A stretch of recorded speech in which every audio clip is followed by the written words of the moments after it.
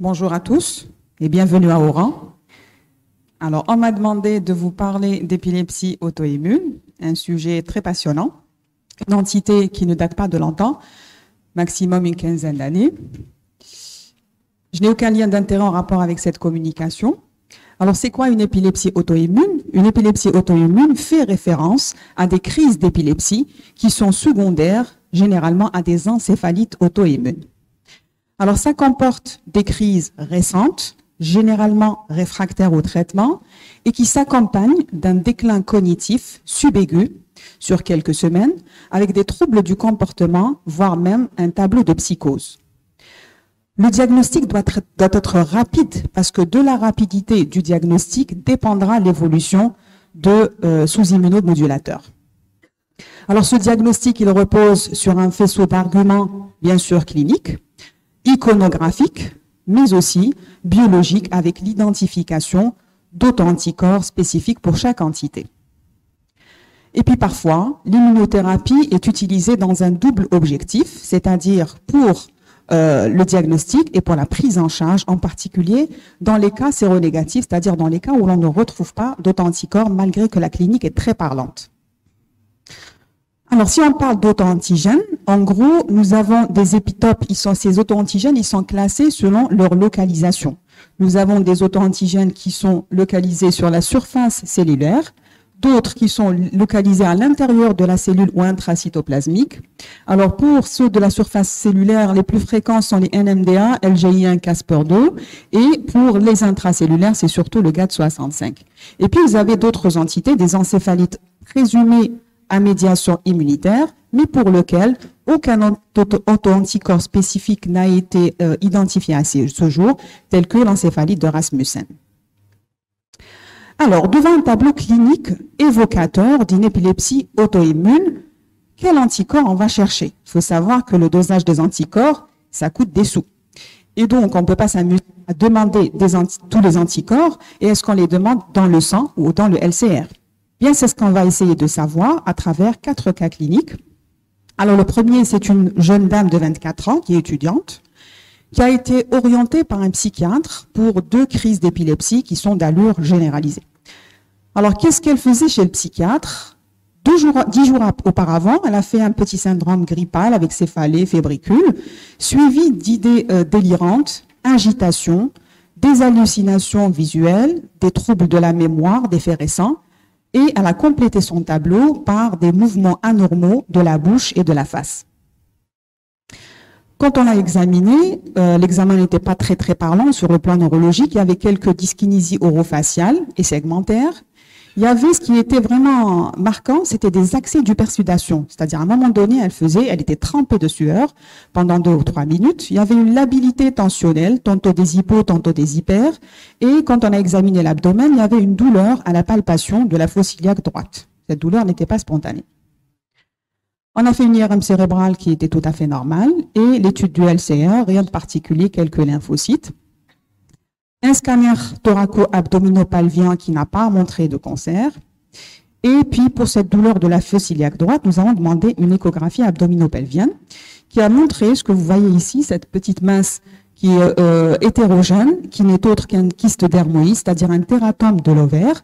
Et là, ce que vous voyez, c'est en fait des dents. C'est ce qu'on appelle le tératome ovarien. On fait un EEG. Sur l'EEG, il n'y a pas vraiment de pointe ou de pointe-onde qui oriente vers une origine épileptique, mais ce qui nous marque, c'est un tracé qui est vraiment très ralenti, avec c'est un rythme très ralenti de 2 à 3 cycles par seconde, mais si on regarde bien ces ralentissements, ils sont surchargés de rythme rapide, très rapide, de 20 à 30 cycles par seconde, c'est un rythme θ. Donc c'est bêta. Donc c'est un rythme θ lent qui est surmonté d'un rythme rapide et c'est ce qu'on appelle l'extrême delta broche. Alors si l'on récapitule, c'est une jeune dame. Le tableau s'est installé de façon subaiguë après un épisode infectieux.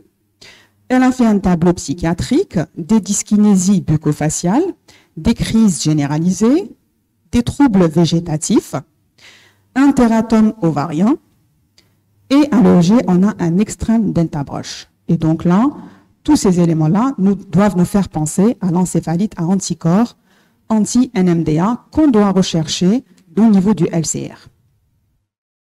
Donc, l'étude a été faite au niveau du sang et au niveau du LCR. Et là, vous voyez qu'au niveau du sang, c'est pas très significatif, mais au niveau du LCR, on a des taux très, très importants d'anticorps anti-NMDA. Donc, cette patiente, nous avons lancé le traitement avant même de recevoir les résultats de l'analyse. Nous avons bombardé avec des bolus de corticoïdes 1 gramme par jour pendant 5 jours, suivi d'immunoglobuline intraveineuse et nous l'avons mis sous lamotrigine pour les crises convulsives. Bien sûr, ablation du tératome. Alors, le tératome, qu'est-ce que c'est? C'est ce kyste-là, c'est une tumeur qui se développe à partir de cellules germinales pluripotentes. C'est-à-dire qu'elle va donner des organes, mais qui ne sont pas à leur place appropriée. Donc, c'est un kyste qui va contenir des dents, il peut contenir des poils, des cheveux ou des morceaux d'os. Alors, on n'a plus refait de crise, disparition de la symptomatologie psychiatrique et végétative, mais persistance de quelques troubles mnésiques. Et donc, si on parle de l'encéphalite à anticorps anti-NMDA, on va dire que c'est la plus fréquente des encéphalites auto-immunes. Elle est plus fréquente chez la femme, d'autant plus si elle est jeune. La présentation clinique est stéréotypée.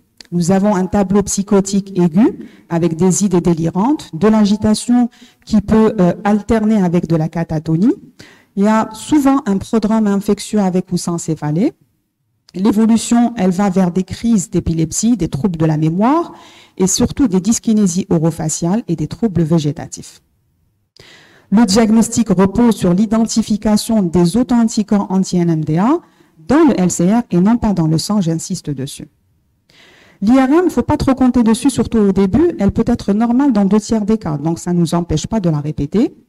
Et l'EEG, quand il retrouve cet aspect d'extrême delta brush, il est très évocateur, il nous oriente vers cette pathologie. Le tératome ovarien est présent dans 44% chez les femmes jeunes de moins de 45 ans et chez les patients plus âgés, ce sont plutôt les tumeurs bénignes à type de cancer du poumon, cancer du poumon, du sein ou des testicules. Et bien sûr, il faut savoir faire des scanners thoraco-abdominopelviens, voire même PET scan systématiques. Et s'ils sont négatifs, il faut recontrôler 6 à 12 mois plus tard pour éliminer une néoplasie. Comment traiter? Eh bien, il y a 2 traitements. Le traitement symptomatique des symptômes psychiatriques et puis le traitement par immunomodulateur. Alors, il faut privilégier les benzodiazépines qui peuvent être utiles pour gérer les mouvements anormaux, mais ce que vous devez retenir, c'est qu'il faut éviter les neuroleptiques car ils peuvent entraîner une aggravation avec risque de syndrome malin ou neuroleptique. Maintenant, pour les traitements immunomodulateurs, il n'y a pas vraiment de consensus. Il faut les initier dès la suspicion du diagnostic. On n'attend pas les résultats des autoanticorps. On donne des bolus de corticoïdes, voire même des immunoglobulines en IV, et pourquoi pas de la plasmaphéreuse. Dans les formes sévères, c'est-à-dire c'est des formes qui comportent des crises qui sont réfractaires ou alors des troubles cognitifs qui sont majeurs, on peut tenter le rituximab, voire le cyclophosphamide. Et puis, s'il y a une tumeur qu'on a détectée, bien sûr, il faut l'enlever le plus tôt possible. Voilà. Alors, deuxième cas clinique, c'est un homme de 69 ans qui a présenté des troubles de la mémoire qui se sont installés il y a 3 mois, en 3 mois. Il présente aussi des accès de rupture du contact et des troubles du comportement qu'il n'avait pas du tout au préalable, un type de désinhibition, des troubles des conduites sociales et puis de l'apathie avec retrait social. Alors, il rapporte des secousses des membres supérieurs et parfois de l'hémiphase qui ont été pris pour des tics. Et il a bénéficié d'un EEG qui était normal, d'une IRM cérébrale qui n'avait rien démontré, et donc son psychiatre avait conclu au diagnostic de maladie d'Alzheimer et il l'a mis sous donépézil. Malheureusement, l'évolution fut marquée par l'aggravation progressive, d'où son orientation à un autre niveau. Donc, quand il est venu chez nous, l'examen neurologique était vraiment pauvre. L'évaluation neuropsychologique a démontré une amnésie antérograde, de l'apraxie, mais surtout une apathie qui était profonde. Il avait aussi des troubles du sommeil, à type d'insomnie qui pouvaient durer 2 à 3 jours. Et il rapportait une sensation de pesanteur épigastrique qui remontait à la gorge, qui évoquait plutôt des crises d'origine temporale. Il avait parfois des accès d'horripilation, c'est-à-dire la chair de poule, au niveau du membre supérieur droit, mais qui était vraiment brève. Alors, il y avait des contractions brèves proximales du membre supérieur avec dystonie en distale de l'hémiphase en alternance. En fait, il faisait des dystonies en proximale, en même temps des dystonies de la moitié de la face, avec une attitude de dystonie de la main en distalité. Et c'était tantôt à droite, tantôt à gauche, et c'était très bref, de l'ordre d'une seconde. Alors, nous avons complété l'investigation de son soi-disant syndrome démentiel par un bilan thyroïdien, tout ce qu'on fait en pratique courante, dosage vitaminique, sérologique, tout était normal. Au ionogramme, nous avons relevé une petite hyponatrémie à 123. L'EEG a confirmé le foyer temporal gauche et l'IRM de contrôle, elle a montré des hypersignaux temporaux internes, voilà, en bilatéral sur cette coupe, sur ce flair en coupe coronale. Scanner thoraco-abdominopelvien sans particularité. Et donc, si l'on récapitule, c'est un homme de plus de 55 ans, troubles cognitifs, crise temporale prédominante, des crises de dystonie brachiofaciale, voilà, c'est comme ça qu'on schématise ces crises, des accès d'horripilation, c'est-à-dire de chair de poule, et l'installation s'est faite sur plus de 3 mois. L'ionogramme a montré une hyponatrémie, et donc, tout ceci nous oriente vers un tableau d'encéphalite à anticorps anti-LGI1. Et ces anticorps-là, il ne faut pas aller les rechercher dans le LCR, il faut plutôt les rechercher dans le sang. Alors, j'ai pas eu le consentement de mon patient pour vous montrer la vidéo, donc je vous montre cette vidéo que j'ai trouvée sur Internet, qui est assez intéressante, et qui démontre les crises de dystonie brachiofaciale. Regardez, c'est vraiment très, très bref. Et puis, tantôt à droite, tantôt à gauche. Et hop, voilà. Donc, devant ces mouvements-là, c'est très, très évocateur. Pensez à l'encéphalite à anticorps anti-LGI1. Alors, le dosage a été fait dans le sang. Il montre un taux très élevé d'anticorps dans le sang. Et il a bénéficié, bien sûr, de traitements d'immunothérapie, corticoïdes, immunoglobuline IV, la carbamazépine pour les crises temporales. Il y avait une amélioration des crises de dystonie brachiofaciale, disparition des crises d'épilepsie, mais quand même, il y avait persistance des troubles cognitifs. Donc, si l'on fait un petit tour sur l'encéphalite à anticorps anti-LGI1, elle touche plutôt des patients âgés avec une prédominance masculine. On a une atteinte hippocampique, c'est-à-dire des troubles cognitifs et des crises temporales internes. Et c'est cette triade-là qui doit nous orienter vers ce diagnostic, à savoir les crises de dystonie brachiofaciale qui se reproduisent plusieurs fois par jour et qui peuvent être unilatérales ou alors à bascule. Nous avons aussi des crises de piloérection unilatérale et de l'hyponatrémie. L'EEG peut montrer des anomalies, mais qui ne sont pas du tout spécifiques. L'IRM peut être normal au début, et donc, à long terme, on peut retrouver une atrophie hippocampique, et l'évolution est progressive, 6 mois pour que la maladie atteigne son plateau.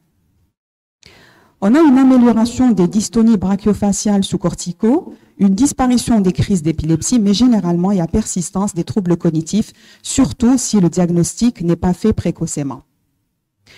Dans 10 à 15%, ce type d'encéphalite s'accompagne d'une tumeur thymique. Alors, troisième cas clinique d'encéphalite auto-immune, c'est une jeune femme de 28 ans qui est célibataire, qui a des antécédents de maladie auto-immune, une thyroïdite d'Hashimoto, et qui traîne une épilepsie temporale depuis 2 ans, d'allure idiopathique, puisque son neurologue a fait une IRM cérébrale qui était normale, et elle a très bien répondu au lévétiracétam à faible dose. Alors, depuis 2 mois, elle commence à présenter des troubles de la mémoire antérograde, une apathie, une agressivité, une anxiété inappropriée qui ont été mis sur le compte du lévétiracétam. D'où le switch vers la carbamazépine, antiépileptique qui agit bien sur les crises temporales et en même temps thymorégulateur. Elle avait aussi des troubles du sommeil et les crises focales sont devenues réfractaires, elles sont devenues pluriquotidiennes et elle a même fait quelques crises généralisées, d'où l'augmentation, l'ascension thérapeutique jusqu'à la trithérapie, mais ça n'avait toujours rien donné. Alors, l'EEG montre un foyer temporal gauche et l'IRM montre toujours des hypersignaux. Sur cette coupe axiale flair, on voit des hypersignaux temporaux internes plus marqués du côté gauche. Le TAP est négatif. Et donc, si l'on récapitule, c'est une femme jeune, antécédent de pathologie auto-immune, une thyroïdite d'Hashimoto, un tableau limbique pur, il n'y a pas de dyskinésie brachiofaciale, il n'y a pas de dysautonomie, et elle fait des crises focales et généralisées qui sont réfractaires au traitement, l'évolution est très très lente et il n'y a pas de cancer. Et donc, dans cette situation-là, on recherche plutôt des anticorps anti-GAD65 dans le LCR. Alors, il ne faut pas le rechercher dans le sang parce qu'ils peuvent être faussement positifs. Enfin, ils sont positifs dans d'autres pathologies telles que le diabète de type 1. Mais dans le diabète de type 1, on retrouve une petite ascension de ces anticorps-là dans le sang, mais pas du tout dans le LCR. Alors, elle a fait bénéficier des deux, sang et LCR, et là, vous voyez très bien qu'il y a une nette augmentation des anticorps dans le liquide cérébrospinal. Toujours traitement d'attaque sans attendre les résultats de l'analyse, corticaux, 5 cures d'immunoglobulines, mais aucune amélioration. Donc là, on était obligé de taper un petit peu plus fort et on a donné le rituximab qui a donné de très bons résultats avec diminution de la fréquence des crises, amélioration des troubles psychiques. Et donc, si l'on récapitule, l'encéphalite à anticorps anti-GAD65, l'anti-GAD65 est associé à diverses maladies neurologiques auto-immunes, notamment les épilepsies auto-immunes, mais le syndrome de la personne raide, le Stiff Person Syndrome, et parfois même à l'ataxie cérébelleuse. On retrouve de faibles titres dans le sang en cas de diabète de type 1, donc on ne le recherche pas dans le sang en cas de suspicion d'épilepsie auto-immune. Ça touche plutôt les femmes d'âge moyen et il y a toujours un terrain d'auto-immunité, soit une anémie de Biermer, soit une thyroïdite auto-immune qu'il faudra rechercher. L'épilepsie, elle est temporale, elle est pharmacorésistante et elle s'aggrave et elle s'associe à des troubles cognitifs et un syndrome anxio-dépressif. Le début est progressif, les troubles cognitifs s'installent 1 à 2 ans après la survenue des crises et l'IRM est souvent normal, d'où le retard du diagnostic. Et généralement, le pronostic épileptique et cognitif, ils sont mauvais en raison de ce retard diagnostique, justement. On doit faire une ponction lombaire, rechercher ces anticorps qui sont toujours très élevés dans le LCR. Dernier cas, alors c'est un homme de 67 ans qui vient en consultation pour une sensation de brûlure des membres inférieurs qui évolue depuis 3 mois, une insomnie de 3 jours consécutifs et des accès d'hypersudation. Depuis 1 mois, il présente une activité musculaire spontanée continue, surtout au niveau de l'abdomen. Alors regardez ici. Alors c'est des petites vagues d'ondulation spontanées qu'on voit et qui ne sont autres que des myochimies. Et récemment, il présente des accès de rupture du contact avec pâleur et mâchonnement, ce qui oriente vers des crises focales avec suspension de la conscience, et il a fait une seule crise généralisée. Pas de troubles du comportement, mais des troubles mnésiques et de l'attention. Tous les examens complémentaires, notamment morphologiques, électrophysiologiques, étaient normaux, il n'y avait pas de scanner sur le TAP, et le LCR était sans particularité. Et donc, devant ce tableau, c'est un homme de plus de 55 ans, le début progressif, une insomnie qui est très importante, des troubles végétatifs hypersidation, des myochimies et des douleurs neurogènes, avec une épilepsie qui est plus temporale que généralisée. Il faut penser à l'encéphalite à anticorps, anti-Casper2, et là, ces anticorps-là, il vaut mieux les rechercher dans les LCR, on a plus de chances de les retrouver. Donc, le Casper2, c'est une pathologie qui est plutôt rare, à prédominance masculine, chez le sujet entre 55 et 75 ans. Sa clinique est variable. Elle associe un tableau limbique avec des troubles de la mémoire, une épilepsie qui est plutôt temporale. On a plus de chances de retrouver des hypersignaux hippocampiques à l'IRM. Elle peut associer aussi un syndrome de Morvan. Le syndrome de Morvan, c'est l'association d'insomnie, dysautonomie, neuromyotonie avec myochymie, c'est-à-dire les ondulations qu'on vient de voir sur la vidéo. Et puis, ce qui oriente aussi, c'est les douleurs intenses avec paresthésie qui font référence à des neuropathies des petites fibres. Parfois, on peut avoir une ataxie cérébelleuse paroxystique. Le malade présente des troubles de l'équilibre avec une dysarthrie, surtout lors du passage au orthostatisme. L'IRM et le LCR sont souvent normaux et dans 30% des cas, ça s'accompagne de tumeurs telles que des thymomes et plus rarement de cancer pulmonaire. Alors, l'amélioration sous traitement, mais des rechutes sont parfois fréquentes.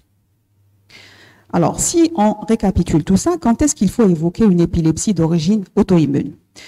Devant une épilepsie d'apparition récente, surtout chez un adulte, et qui est d'emblée réfractaire, surtout s'il y a des troubles psychiatriques qui n'existaient pas auparavant, devant des troubles cognitifs d'installation plus ou moins subaiguë, des crises de dystonie brachiofaciale qui doivent nous orienter vers le LGI1, de la dysautonomie qui peut nous orienter vers le Casper-2 ou le NMDA chez la femme jeune, et surtout s'il y a un prodrome viral qui a précédé tout ce tableau, et des antécédents d'auto-immunité systémique, pour penser au GAD65. Maintenant, comment orienter les tests?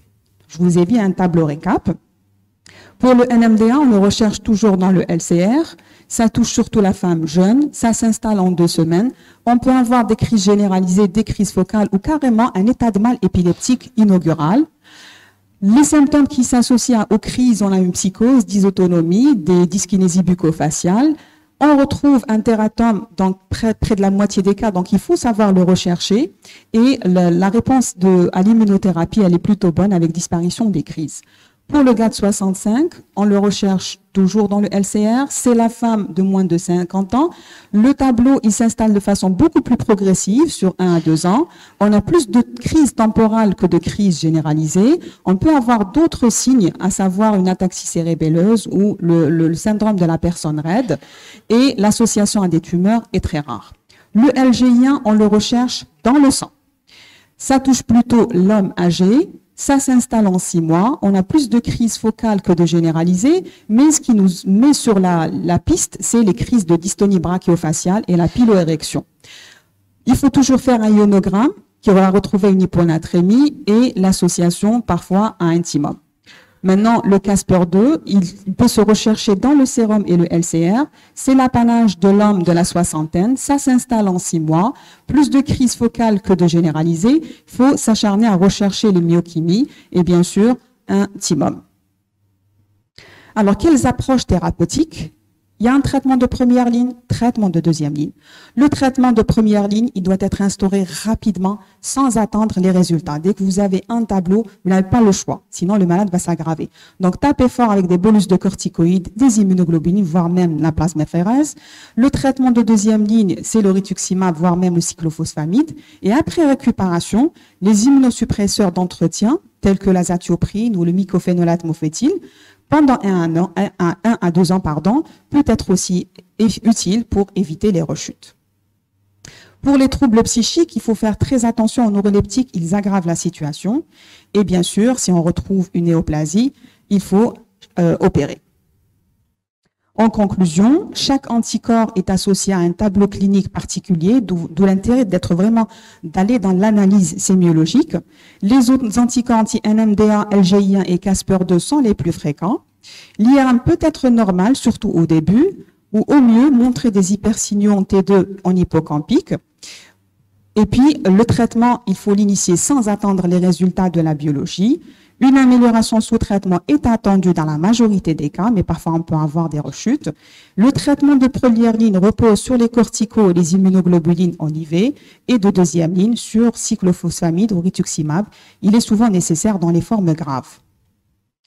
Alors, un petit peu de lecture pour les curieux d'entre vous. C'est un article qui a été publié par l'équipe de Saint-Étienne, qui date de 2018 et qui récapitule toutes les encéphalites auto-immunes les plus fréquentes et les moins fréquentes aussi.